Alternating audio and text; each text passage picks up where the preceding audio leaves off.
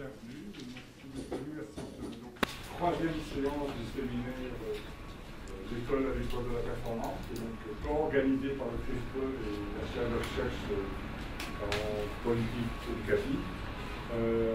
Donc on a le plaisir aujourd'hui d'accueillir Stephen Anderson qui va nous introduire cette conférence sur l'individualisme de l'enseignant à l'heure de la responsabilisation. Il m'a dit tout de suite qu'il allait parler 35 minutes maximum pour veiller à ce qu'il y ait des échanges, donc j'espère que ces échanges seront fructueux.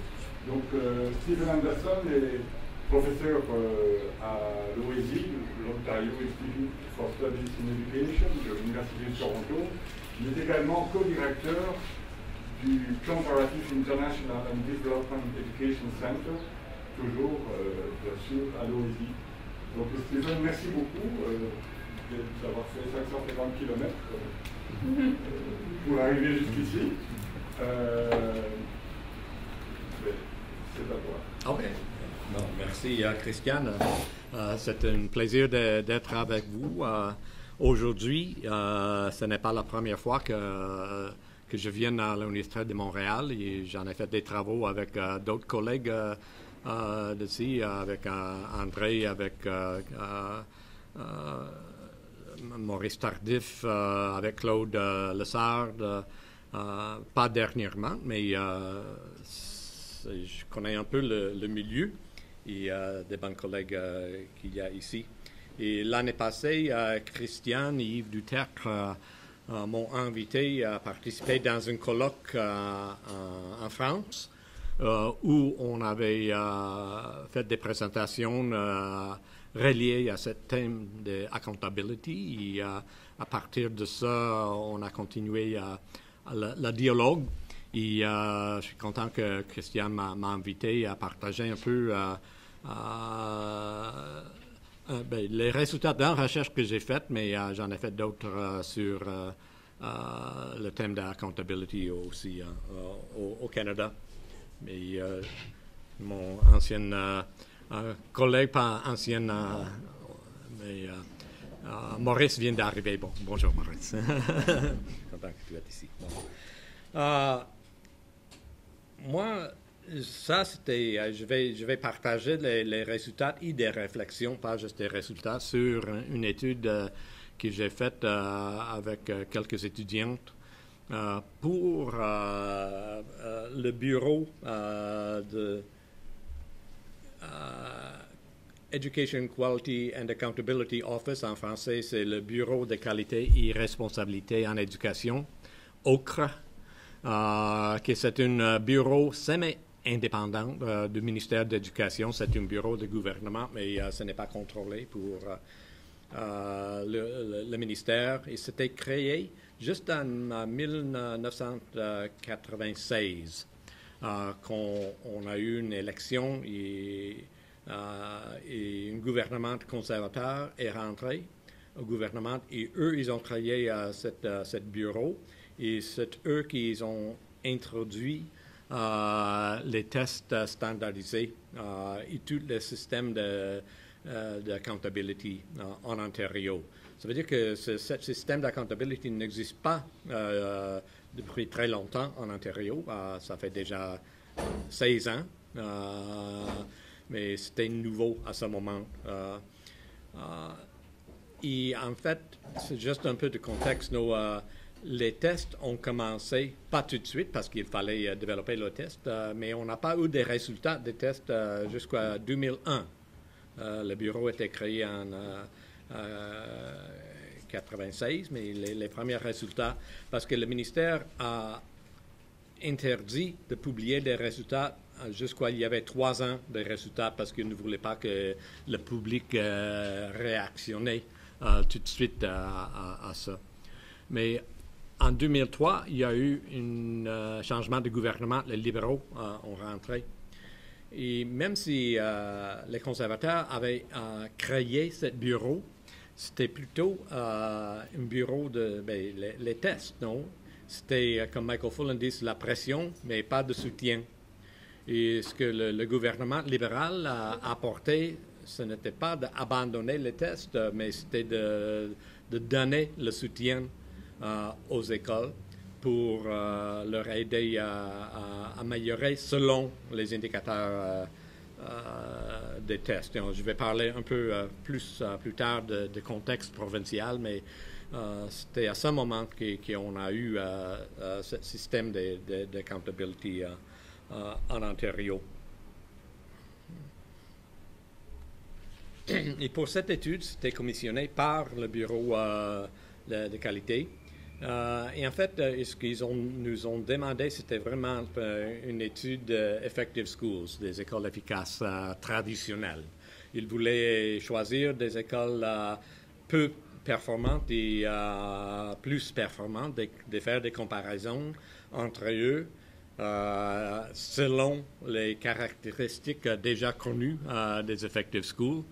Pas très intéressante à ce point de vue-là, mais aussi il voulait avoir des comparaisons entre les 4 catégories des écoles, ça nous a fait plus intéressant ce qu'il voulait. Pas juste des écoles peu performantes et très performantes, mais aussi dans des niveaux de démographie ou communautés socio-économiques semblants. C'est qu'on avait 4 catégories d'écoles.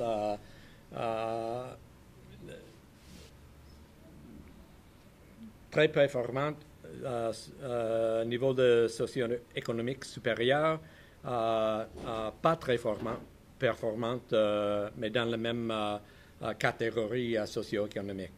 Et la même affaire pour les écoles de bas niveau socio-économique, mais très performantes et moins performantes un peu.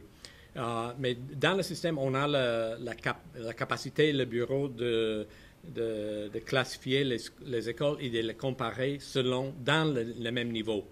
Ce qu'on était capable de choisir des écoles pour faire des comparaisons, pas des résultats absolus, mais des résultats dans leur catégorie. Donc, c'est que dans une école très performante, pour les écoles qui servent les communautés défavorisées, peut avoir les résultats qui sont comparables à les écoles peu performantes dans des écoles qui servent des communautés d'un haut niveau socio-économique.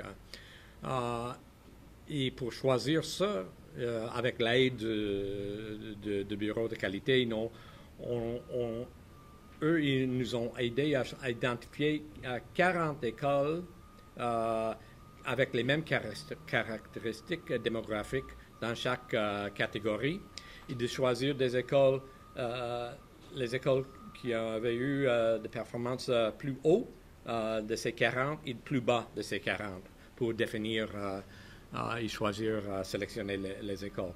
Aussi, en Ontario, on a 4 systèmes publics financiers pour le gouvernement, comme j'imagine que la plupart de vous, vous êtes au courant, mais les écoles catholiques et publiques sont financées à 100% pour le gouvernement, sont des écoles publiques, mais avec cette différence. Mais aussi, on a des écoles anglophones et francophones, anglophones publics, anglophones catholiques, anglophones francophones publics, francophones catholiques, ils vont tous recevoir le même argent du gouvernement. C'est qu'on avait des écoles anglophones et on avait des écoles francophones. On n'a fait pas de comparaison entre catholiques et publics parce qu'il n'y avait pas assez, même le côté francophone, on n'était pas capable de recruter des écoles du côté catholique. On a juste des écoles francophones publiques.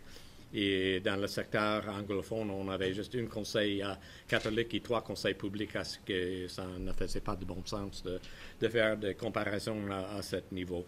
On a fait l'étude dans 22 écoles. Et les données consistaient on a fait un sondage, un questionnaire pour tous les enseignants dans toutes les écoles. On a fait des entrevues individuelles avec les directeurs et les directrices des écoles. On a choisi 4 enseignants pour faire l'observation dans la salle de classe dans la période de littératie. Et on a fait des entrevues individuelles avec ces 4 enseignantes aussi au niveau le cycle primaire, de maternelle à troisième année, et le cycle deuxième cycle de quatrième année à sixième année. On a fait des entretiens ou des entrevues de groupe avec quelques élèves, avec des parents et avec un autre groupe d'enseignants. Et on avait fait, comme je vous avais dit, des observations dans les salles de classe dans la période de littérature avec les 4 enseignants dans toutes les écoles. Les résultats que je vais partager aujourd'hui sont basés surtout sur les questionnaires et les entretiens, pas sur les observations, mais je vais vous dire que les observations qu'on avait faites dans les salles de classe, il n'y a pas de contradiction ce qu'on avait trouvé dans les entrevues.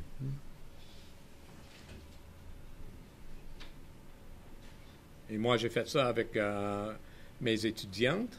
Et aussi, le bureau de qualité nous avait fourni 2 de leurs consultantes qui étaient les anciens directeurs d'école qui travaillent pour eux, pour nous aider dans le cahier de données. Ils n'ont pas eu aucun rôle dans l'analyse des données, mais ils ont aidé à faire ça parce qu'on a fait le cahier de données dans 3 jours dans chaque école. Fallait avoir du monde pour faire ça. Bien, ça des résultats préliminaires. Préliminaires, c'était plutôt l'impression qu'on a eue. Et pour moi, c'était, je vais faire des réflexions sur ça, j'étais un peu surpris. Mais ce qu'on avait vu, parce qu'on était dans 5 conseils francophones, on était dans 4 conseils anglophones, et de 4 à 3 écoles dans chaque conseil, mais on avait observé un haut degré de similitude dans l'ensemble des cours pour ce qui est attention de qu'est-ce que faisaient les enseignants dans les salles de classe, et pour que les directeurs et directrices d'école disaient qu'ils faisaient dans leur rôle de leader dans l'école. Mais ça, indépendamment des disparités régionales, des secteurs, de performance, on voyait à peu près la même chose, non? Mais ça, c'était une impression préliminaire. Et moi, ça m'a fait réflexionner un peu de ce que je sais. Ça fait 30 ans que je travaille en éducation et surtout sur les sujets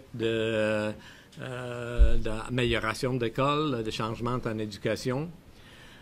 Et depuis, j'ai commencé ma carrière, il y a toujours l'histoire une croyance de la tradition normative que chaque enseignant a son propre style d'enseigner, et de l'autonomie en matière de choix de qu'est-ce qu'ils font dans leur classe avec la porte fermée.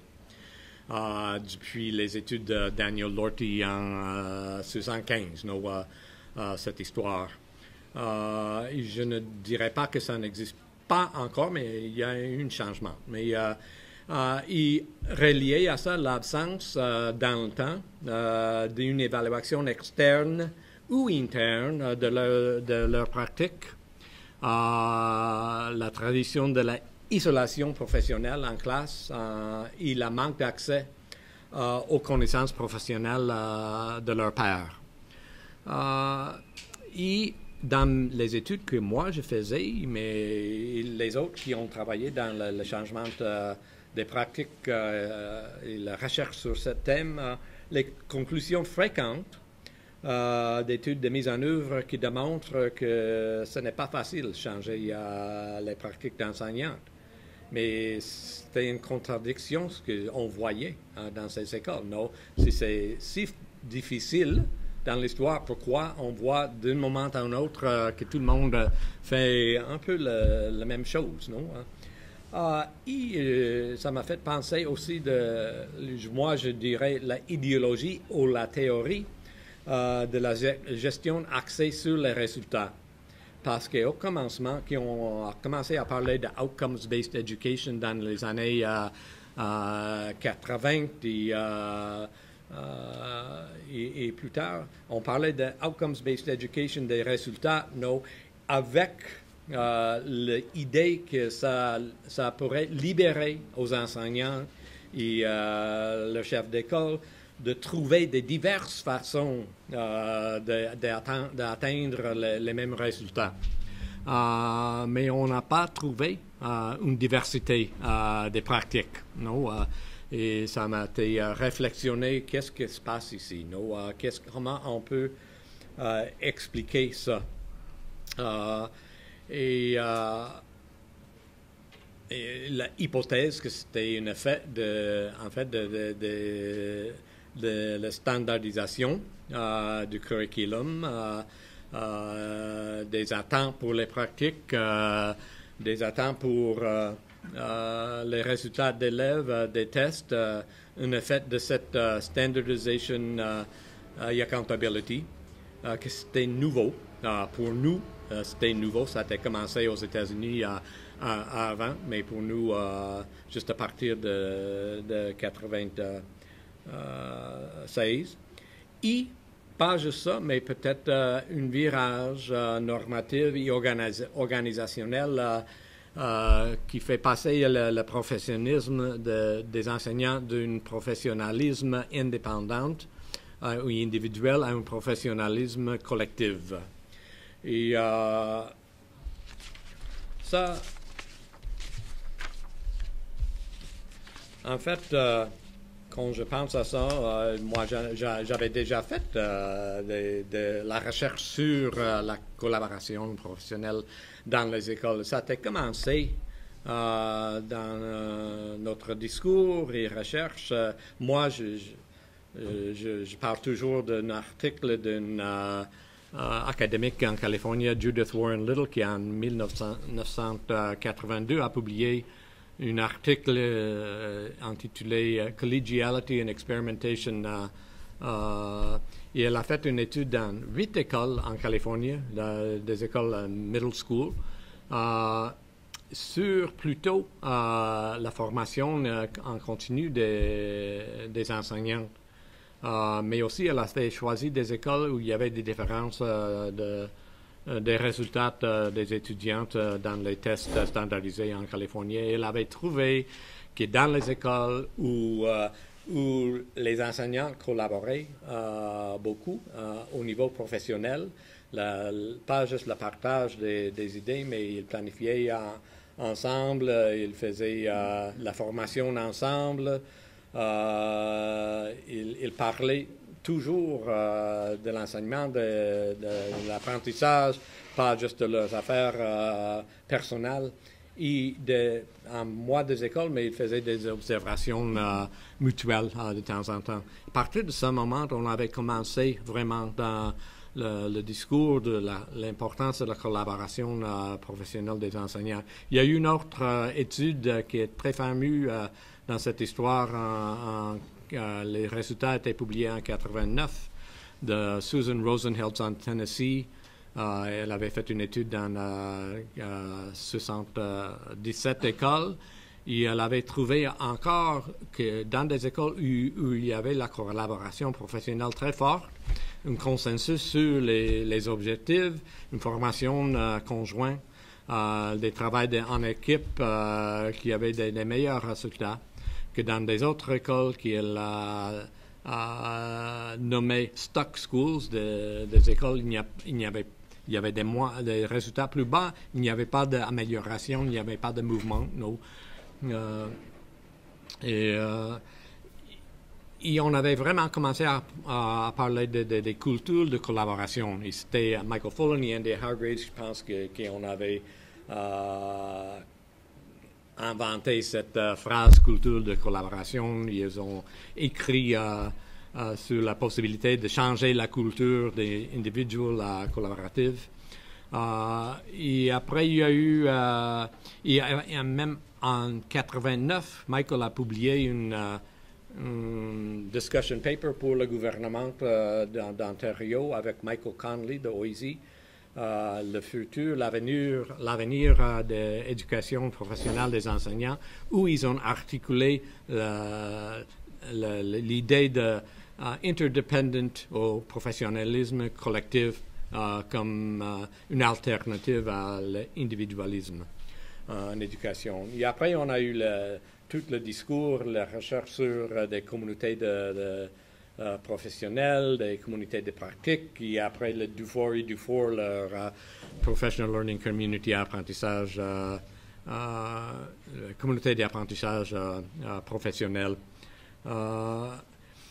Ce qu'il y a eu un virage normatif et dans certaines écoles, on n'avait pas eu la recherche qui disait que c'était quelque chose qui arrivait, qui avait un changement à large scale, un niveau plus grand, plus large de ce changement. Mais l'hypothèse que c'était peut-être la confluence de ces deux influences, le système d'accountability standards et les virages normatifs et organisationnels dans les écoles vers un professionnalisme collectif qui pourrait mettre des restreintes à les décisions, le choix individuel des enseignants.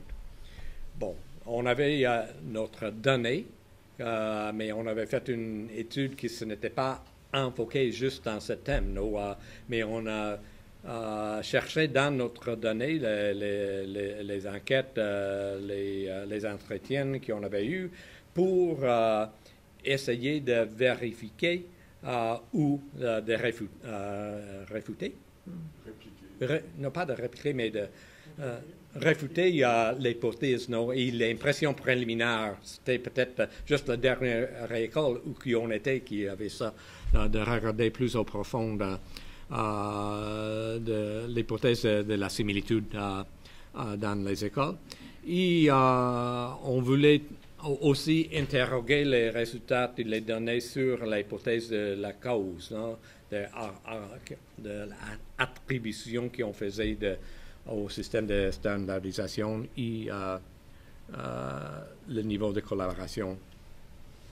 Bien, juste avant de commencer avec les résultats, il faut décrire un peu plus en détail le contexte de la réforme en Ontario avec le gouvernement libéral en utilisant le système de tests qui avait introduit le gouvernement conservateur avant.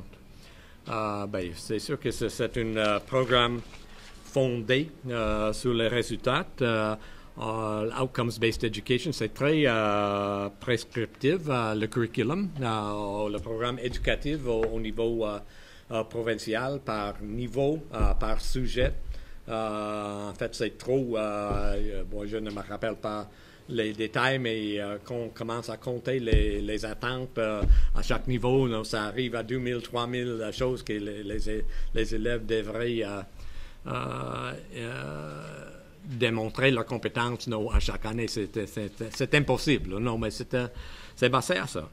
Mais aussi le système standardisé d'évaluation annuelle de performance des élèves, fondé et bien aligné à ce curriculum.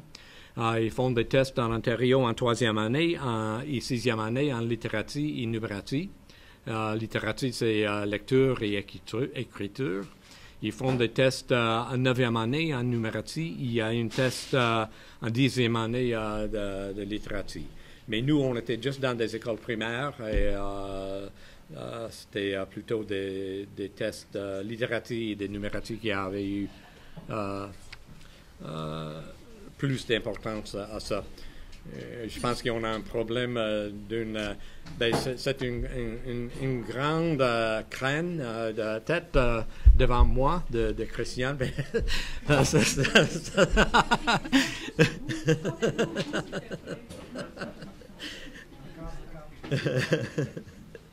Merci, Christian. Ouais.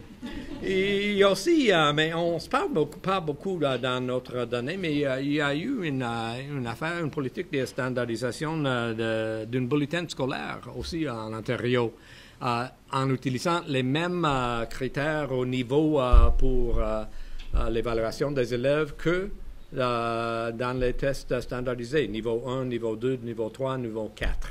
On attend que tous les étudiants devraient arriver au niveau 3.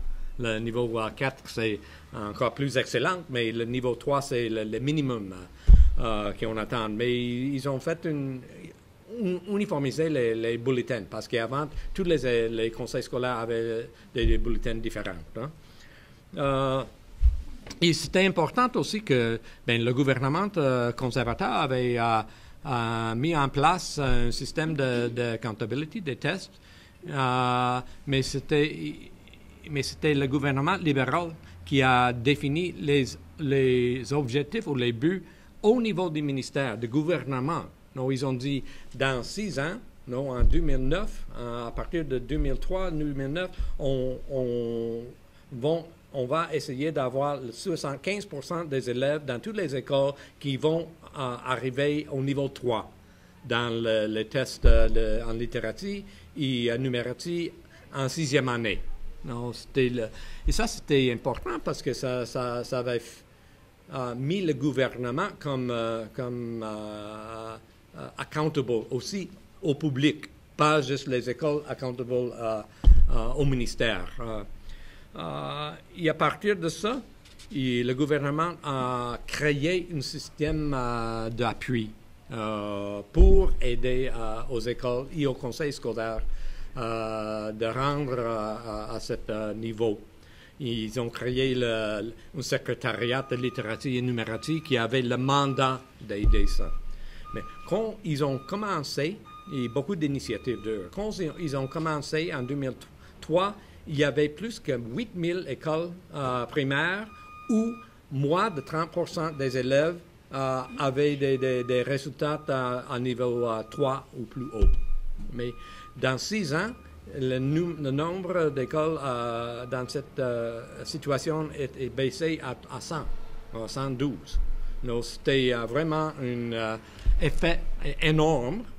On peut toujours discuter les indicateurs et l'utilisation des tests comme l'indicateur, mais il y avait un changement très, très grand et impressionnant. Et en même temps, en plein milieu de ça, ils ont réalisé, ils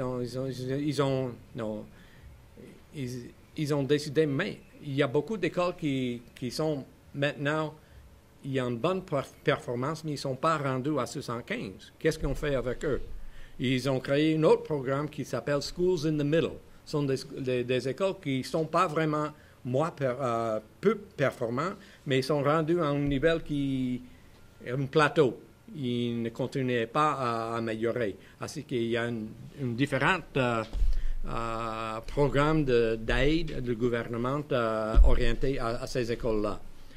Qui continue aujourd'hui. Qu'est-ce que je veux dire? Bon, ça, c'est de l'argent, c'était l'accès aux consultants, c'était le temps qu'ils donnaient pour le travail en collectif, c'était l'obligation des plans d'amélioration d'école et tout ça. Mais en même temps, ils ont commencé à chercher des pratiques d'enseignement, des méthodes d'enseignement qui, on dit en anglais, high yield, qui avaient une corrélation de l'usage de ces pratiques et les résultats des élèves dans des écoles. Et le ministère n'a pas obligé aux enseignants à utiliser ça, mais ils ont créé des ressources dans toute la formation que le ministère a appuyée. Il était présent et surtout dans les écoles qui ont bénéficié des les interventions des ministères, les écoles qui participaient au commencement dans des programmes pour les écoles de bas résultats ou des moyens résultats. Et on attribue un peu les résultats à la mise en œuvre de ces pratiques aussi, communes dans des écoles. Ainsi que maintenant, on n'attend pas juste dans ces écoles-là qu'on va les voir, on les voit partout. ce n'est pas une standardisation complète, mais tout le monde est au courant de ces pratiques. Et on ne peut pas ignorer, surtout en Ontario, la présence des compagnies qui développent des matériaux scolaires. En Ontario, c'est le marché le plus grand au Canada. Il y a des compagnies privées, commerciales, qui développent les programmes en littératie, Nelson Literacy, d'autres. Et comme c'est le marché le plus grand, leurs programmes sont alignés avec le curriculum d'Ontario, sont alignés avec les tests d'Ontario. Ils ont des tests formatifs qui mènent les étudiantes et les enseignantes à ce curriculum et ce programme et à ces tests. Et ça se vend partout en Ontario. Et c'est aussi une grande influence dans les écoles. Comme je parlais avec Christiane avant la présentation aujourd'hui, mais j'ai fait la comparaison. Dans les écoles francophones, ne sont pas aussi nombreuses. Non? On a 500 000 élèves francophones dans des écoles francophones en Ontario, mais le marché n'est pas si grand comme ça parce qu'eux, ils dépendent plus des ressources du ministère que de ressources commerciales communes, comme dans des écoles anglaises. Et aussi, moi, à mon avis, dans des écoles francophones, on voit plus d'emphasis sur les stratégies précises des méthodes d'enseignement et pas autant d'emphasis sur des programmes comme tels. Non? Le programme, c'est le curriculum, mais pas autre chose. Bon, il y a aussi le soutien que le ministère a donné et l'OCRE, le Bureau de qualité et responsabilité, pour aider aux écoles, le personnel d'école, et pour aider au conseil scolaire de commencer à utiliser les données, les résultats des tests pour la planification d'amélioration, pour établir des objectifs de but. Il y a eu un grand changement parce que moi, j'ai fait 25 ans comme professeur de formation initiale, pas juste des études supérieures. J'étais dans des écoles tout le temps.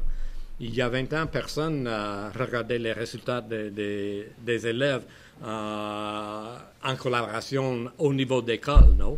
Ils faisaient des évaluations dans les salles, mais il n'y avait aucune donnée au niveau des écoles qu'ils regardaient, mais ça a changé vraiment beaucoup en Ontario. Mais le ministère et le OCRE ont fait beaucoup d'interventions pour créer les normes et la capacité de faire ça. Et c'est sûr que c'est tout orienté vers les résultats dans des tests. En même temps, et encore, ça a commencé avec les 800 écoles. Et il y avait ce qui arrive de temps en temps en éducation, ce que je remarque dans les années,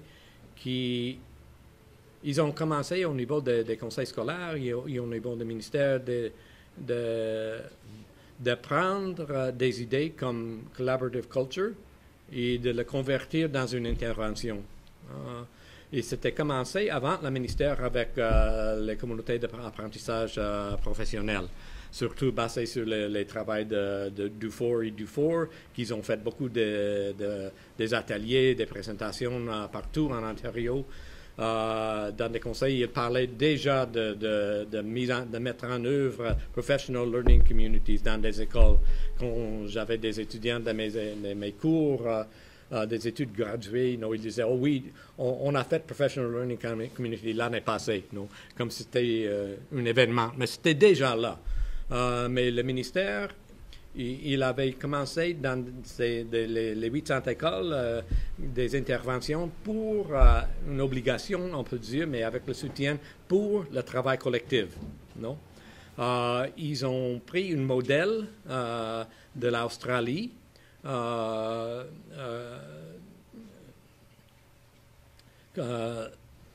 que Michael Fullan avait écrit sur ce modèle avec un collègue de l'Australie, qui moi je dirais que c'était basé sur la pratique de lesson study en Japon.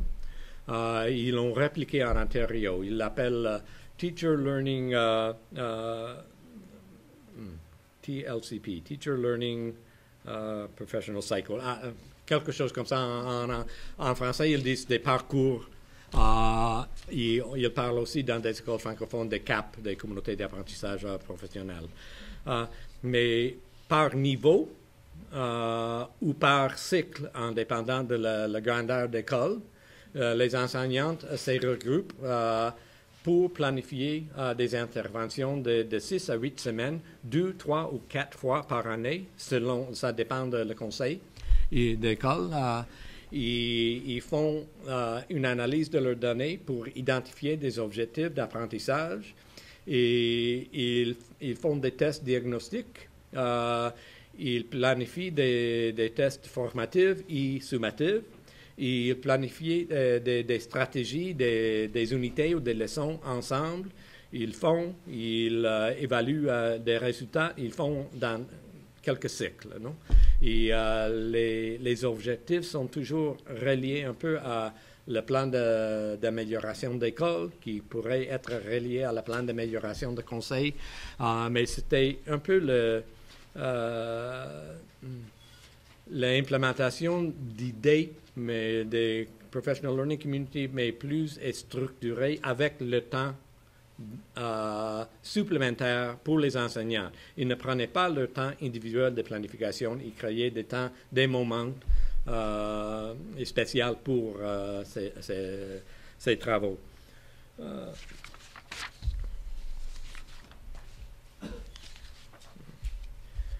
Et quand on parle des politiques, moi, je pars d'un article sur des instruments ou des outils des politiques de Richard Elmore et Lorraine McDonald en 1987. Diane m'a dit que ça ne fait pas de bon sens utile des politiques, mais je vais utiliser le concept quand même. Parce qu'il y a des différentes, on pourrait dire, leviers de politique peut-être, instruments de politique, mais sont des politiques qu'on peut utiliser au niveau de gouvernement ou au niveau de conseil scolaire pour essayer d'influencer qu'est-ce qu'ils font au niveau des écoles, les acteurs au niveau des écoles. C'est sûr qu'on a des mandats, non? La possibilité des mandats qui sont des prescriptions, des standards, des mesures, des imputabilité, mais les mandats comme tels, on sait déjà que souvent ça ne change rien, non? Ça change en papier, mais il n'y a pas beaucoup de changements. Le gouvernement antérieur, libéraux, ils ont mis des mandats, mais ils n'avaient aucun soutien, il n'y avait pas eu de mouvement dans les écoles dans ces années-là, non? Mais on peut avoir l'incitation aussi. Quand McDonald et Elmore parlent d'incitation, ils parlent plutôt de l'argent, mais aussi des récompenses ou des sanctions, comme aux États-Unis, pour et souvent reliés au mandat, pour encourager aux écoles et les acteurs au niveau des écoles de prendre action. On peut parler de le renforcement de capacité, qu'on parle de la formation, qu'on parle de si on va créer des matériaux qui sont alignés avec des mandats. On peut parler de le renforcement de capacité sociale, par exemple, si on crée des moments où le monde peut collaborer plus, fournir d'assistance technique, toutes sortes d'affaires. Et on peut parler des politiques de modification du système. L'autorité sur les décisions, par exemple. Non? Partout au Canada, dans les années 90, on a créé des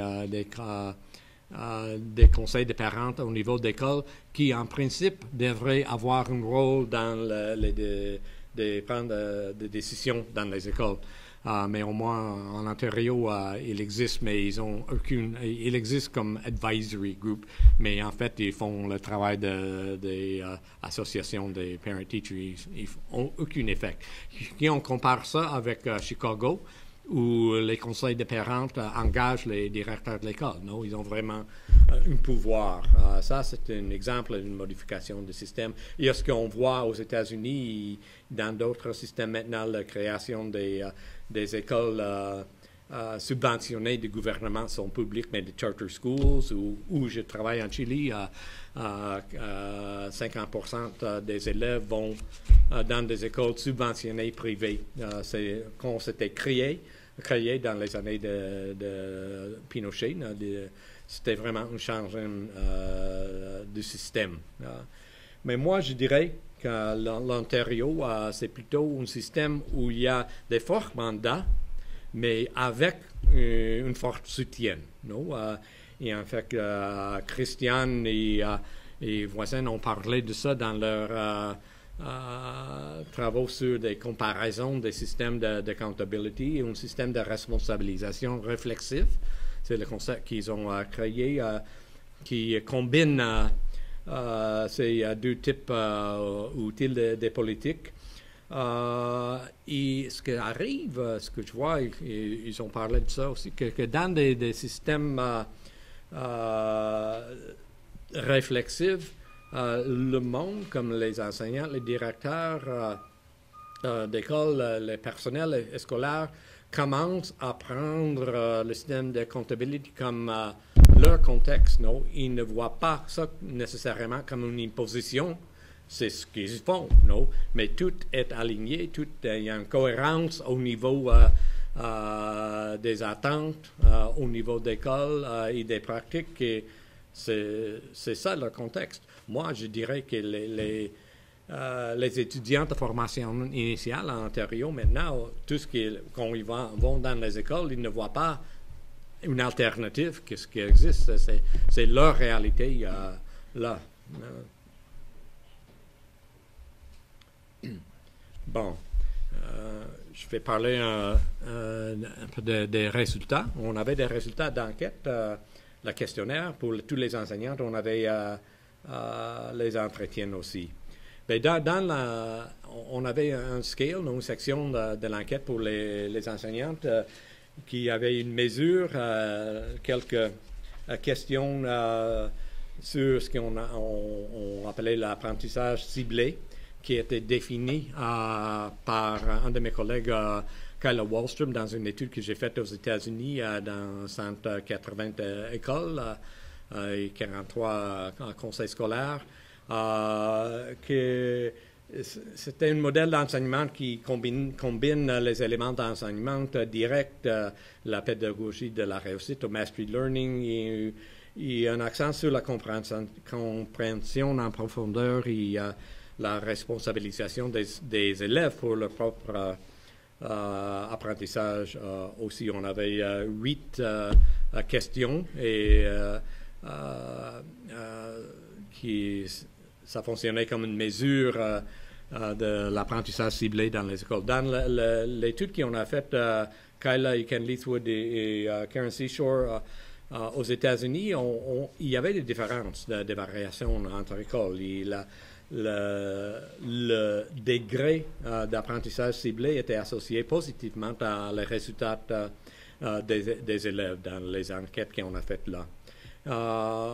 Mais dans notre étude, je ne vais pas montrer le tableau parce que je n'ai pas réussi à le mettre sur le PowerPoint, mais ça ne fait pas de différence parce que dans notre étude, il n'y avait aucune différence significative entre les réponses des enseignants provenant des écoles plus ou moins performantes ou des différents niveaux socio-économiques. Mais dans le questionnaire, on avait aussi une mesure de l'autonomie pédagogique. Et on avait pris cette mesure d'une étude similaire qu'ils ont fait des collègues en Californie. Et on avait demandé aux enseignants quelle flexibilité et autonomie il avait dans le choix de contenu, des matériaux, des stratégies et d'évaluation dans lecture, écriture, sciences sociales et mathématiques. Et ce qu'on avait trouvé que, en fait, les enseignants ont dit qu'ils ont bénéficié de beaucoup de latitude, beaucoup de flexibilité dans la prise de décision en tout, sauf le contenu, parce que le contenu, c'était vraiment le prescriptif au niveau de curriculum en Ontario, mais le choix de matériaux, les choix de stratégie, les choix d'évaluation, ils ont rapporté qu'il avait beaucoup de flexibilité de choix. Et encore, il n'y avait pas de différence entre les écoles performantes et pas très performantes. Il y avait, oui, une différence entre les écoles francophones, comme j'avais dit avant. Il y avait moins de flexibilité dans le choix de stratégie d'enseignement dans des écoles francophones. Mais pour nous, les résultats du sondage ont présenté une contradiction. De la première mesure, tout le monde faisait les mêmes stratégies, mais dans la deuxième mesure, ils ont dit qu'on a beaucoup de choix, de flexibilité, d'autonomie. Non, c'est possible. C'est Christian et son collègue Yves Duterre qui ont suggéré ça. Et je vais vous remercier ça, qu'il est possible que les enseignants considèrent qu'ils ont une autonomie de décision, mais qu'ils trouvent avantageux de choisir le matériel, les activités et les méthodes d'évaluation recommandées par les autorités ou convenues avec leurs collègues. C'est un choix, mais c'est le choix de faire la même chose que tout le monde. Non? Mais dans les enquêtes, on n'a pas trouvé autant de flexibilité qu'il disait dans cette dernière mesure de le questionnaire. En fait, on avait trouvé de fortes similitudes dans le choix de matériel, de pratiques, de contenu, d'évaluation.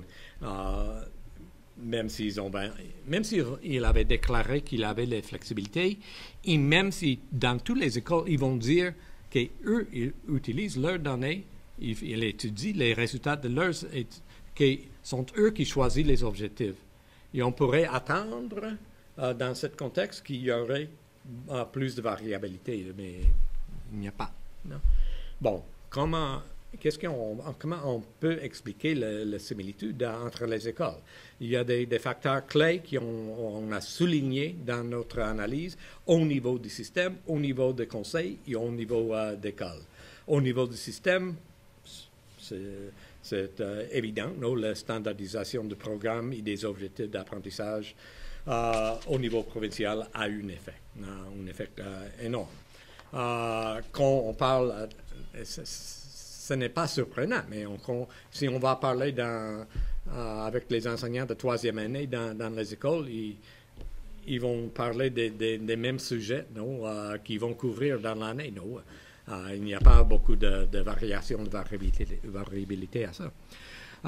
Mais on a aussi l'effet des attentes du système d'évaluation. On parle de Teaching for the Test, mais en Ontario, Teaching for the Test, ce n'est pas le contenu, parce que, en fait, le curriculum, c'est un curriculum de compétences, non? On parle d'essayer de développer les compétences de résolution des problèmes, pas nécessairement les noms des différents animaux. Moi, j'ai fait j'avais fait plusieurs études dans un pays de l'Asie Sud où il y avait une question fameuse dans un test de la nation. 2/3 of it are, or 1/3 of it is green. Et la réponse, c'est le drapeau du pays, non? Mais il faut mémoriser le textbook, non, pour avoir la réponse à cette question. Mais nous, on fait teaching for the test, mais c'est plutôt orienté vers les compétences, pas nécessairement le contenu. Mais aussi, et ça c'est intéressant, mais ben, on a le curriculum standardisé, on a les tests, mais en fait, il y a les points communs de difficulté d'apprentissage pour les élèves dans ce programme et ces compétences. Et lors des résultats provinciaux, tout le monde a des problèmes avec faire des inférences en première année et deuxième année. Ce n'est pas surprenant, non? Ça veut dire qu'on va visiter toutes les écoles. Cette année, on a trouvé qu'il faut travailler sur des inférences. Comment faire des inférences, des prédictions, ou faire des liens, non? C'est le même partout. On n'avait pas vraiment besoin d'avoir un test de tous les élèves pour savoir ça, non? Mais ça donne l'impression, et peut-être un peu de ownership, non, ils ont découvert dans leur école la même chose qu'ils ont découvert dans des autres écoles. Mais ça a un effet des convergences aussi dans qu'est-ce qu'ils ont fait. Non? Et on commence à chercher des méthodes pour mieux enseigner et faire apprendre ces mêmes compétences dans les écoles. Et aussi, on a les ressources que j'ai déjà mentionnées du ministère qui mettent l'emphase sur certaines pratiques pédagogiques. Mais il y avait des facteurs clés au niveau des conseils scolaires aussi. Les conseils scolaires en Ontario sont obligés depuis comme 6 ans d'avoir des plans d'amélioration. Ils n'étaient pas obligés avant. Juste depuis 6 ans, en fait, il y a une loi qui dit que les conseils scolaires sont accountable aussi pour les résultats des élèves. Avant, il n'y avait pas une vraie responsabilité légale pour les résultats. Ainsi qu'au niveau de conseil scolaire, ils regardent les résultats agrégés de leurs étudiants, ils définissent des objectifs, ils obligent les écoles d'avoir dans leur plan d'amélioration un alignement, sont alignés aux objectifs de conseil scolaire. Et au niveau des conseils scolaires aussi, il y a de plus en plus, non? Et il y a 15 ans, ça n'existait pas, plus de directives sur comment on organise l'enseignement dans les sujets qui sont testés, non? La littérature, la lecture, l'écriture, les mathématiques.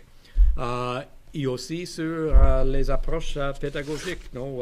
Je ne sais pas, j'imagine que dans vos écoles aussi, on parle souvent de la littératie équilibrée, balanced literacy, et des séquences, on peut dire les modèles de séquences pédagogiques. Non? On parle, par exemple, en Ontario de gradual release of responsibility, no? Qui l'enseignant va dicter quelque chose, qui après on va faire répéter ça, mais d'une façon partagée entre les enseignants, d'une façon modélée pour l'enseignant, d'une étape partagée entre les élèves et enfin individuelle. On parle dans la Balanced Literacy de la lecture à haute voix, la lecture partagée, lecture guidée, activité autonome. Et en mathématiques, on parle, nous, de 3-part lesson. Il y a beaucoup des séquences, on peut dire, de façon d'organiser l'apprentissage qu'on voit partout, que le ministère et les districts scolaires obligent. En Ontario, on a le literacy block, no? De 90 à 120 minutes par jour pour la littérature. Et même dans certains conseils scolaires, ils disent 60 minutes à ça et 20 minutes à ça, et c'est structuré l'utilisation de temps. Et beaucoup de pratiques communes, non? De la lecture guidée, on va avoir les murs de mots partout. On va voir les organisateurs graphiques qui guident les élèves. On va voir des rubriques développées par les enseignantes et avec, de temps en temps avec les élèves pour leur montrer qu'est-ce que c'est un niveau 1, un niveau 2, un niveau 3, un niveau 4 pour cette tâche. Non?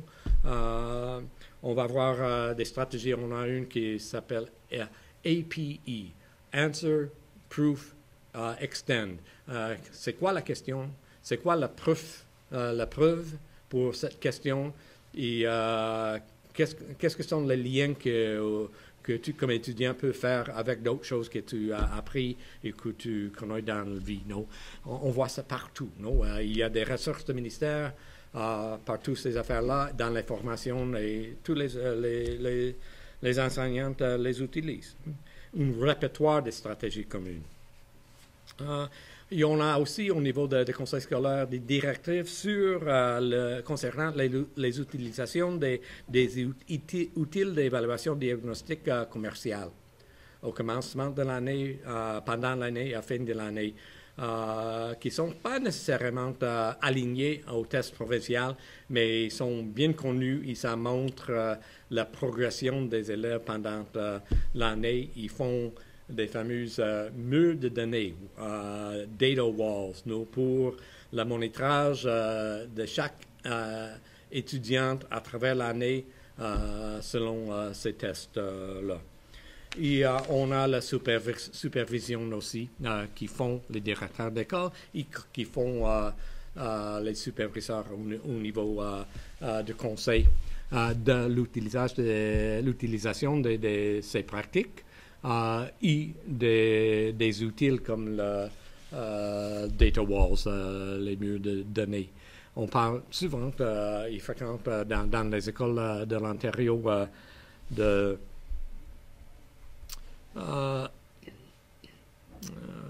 walkthroughs, je ne sais pas, ici, quand les directeurs d'école font des évaluations formales, mais aussi ils font toutes les semaines, peut-être tous les jours, ils vont passer par toutes les salles de classe. Et ça c'était une chose qui était créée. Il y avait Mme Lauren Resnick à l'Université de Pittsburgh qui a créé ça, mais Richard Elmore aussi, il parle souvent de ça. Il y a des écoles et conseils scolaires en Ontario maintenant qui disent qu'au niveau primaire, les directeurs d'école devraient passer 70% de leur temps dans les salles de classe. Ils ne font pas. Non, c'est ridicule. Mais il y a l'attente partout qui vont faire ça. Dans notre étude, tous les directeurs d'école dans des écoles anglaises, ils disent qu'ils font ça. Mais quand on parle avec les enseignantes, ils disent, ben, il fait ça, mais il fait... Bonjour, comment ça va? Non, ou il passe par la salle, il part. Il n'y a pas beaucoup de rétroalimentation. On peut dire, non, pas de feedback individuel, pas de feedback en groupe. Ou ils font ça, ils donnent peut-être chaque 2 semaines ou chaque staff meeting une peut-être réflexion de ce qu'ils ont vu pendant la semaine. Mais l'attente existe. Non? Ils sont présents dans les salles de classe plus qu'avant. Et s'il n'y a pas un word wall là, ça va être mentionné, ou des affaires comme ça. Dans les écoles francophones, il y a un consensus et les directeurs d'école, ils ne font pas ça aussi, autant.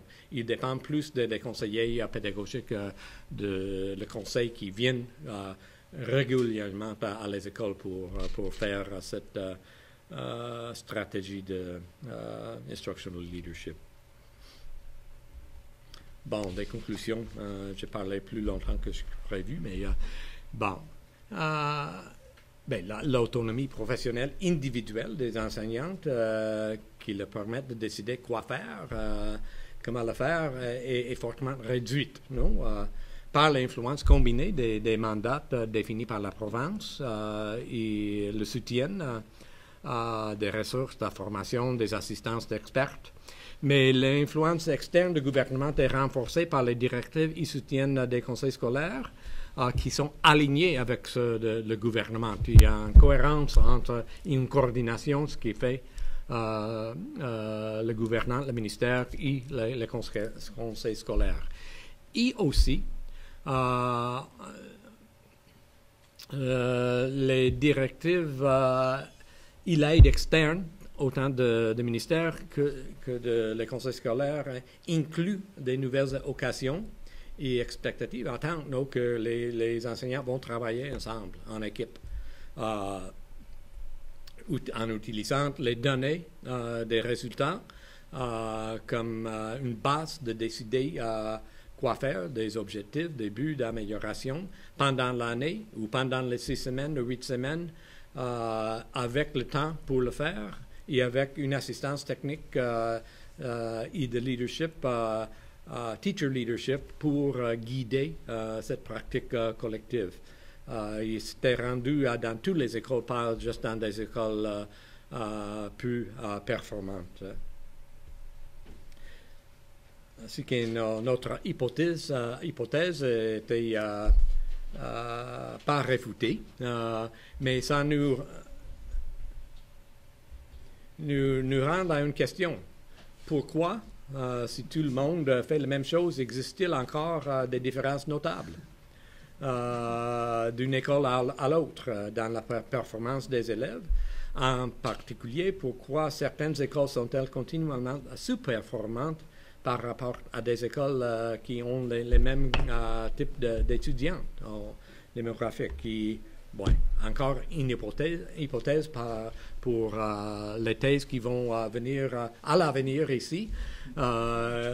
Mais je pense, c'est ma réflexion, que la variation ne dépend pas vraiment d'une variation des pratiques, mais dépend de l'aptitude, de l'habilité des enseignants et des directeurs d'école à mettre en œuvre les actions d'amélioration au niveau des écoles. Ils font la même chose, mais ils ne font pas de la même façon. Moi, je joue au golf, mais je n'ai pas gagné le Masters, mais je n'ai même pas qualifié. Mais il n'y a pas vraiment beaucoup de différence de la façon on fait la même chose, non? Mais aussi une différence de le niveau d'intégration et de cohérence de ces actions. On fait une formation, mais la formation n'est pas nécessairement reliée à les résultats ou à les stratégies. Ou on fait des walkthroughs dans l'école, mais ça existe comme une action indépendamment de les autres actions.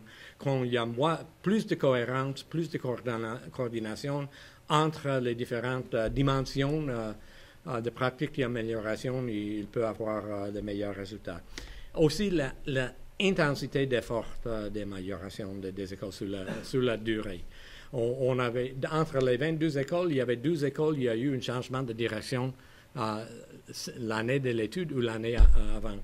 On ne peut pas, si c'était une école peu performante, on ne peut pas attendre de voir des résultats de grands changements, même si le directeur ou la directrice était mieux. Et le quatrième, la compétence et la capacité des directions d'école à mobiliser, à orchestrer et fournir des orientations à faveur d'amélioration. C'est sûr qu'on avait quelques écoles peu performantes où il y avait des bons directeurs et directrices effectifs, mais ils n'étaient pas là longtemps. Ils étaient nouveaux. Et on avait des écoles avec des hauts résultats où les enseignants disaient que le nouveau directeur n'est jamais là. Non? Mais il n'y avait pas eu un effet sur les résultats à ce moment. Non? En fait, je vais finir ça. La catégorie d'écoles le plus faible, c'était les écoles avec des étudiants de haut niveau socio-économique, mais peu performants en comparaison avec leur pairs, on peut dire. Coasting schools, non? Parce qu'au niveau des conseils, ils disent on fait attention à les écoles pauvres, on fait attention qui n'ont pas de bons résultats, mais ces écoles-là, les résultats sont moyennes. On n'a pas vraiment, les étudiants, ils vont aller à l'université, on n'a pas besoin de faire beaucoup de choses là. Ils vont mettre les directeurs les plus faibles dans ces écoles-là. Bon. Merci. J'ai toujours plus à dire que je pensais.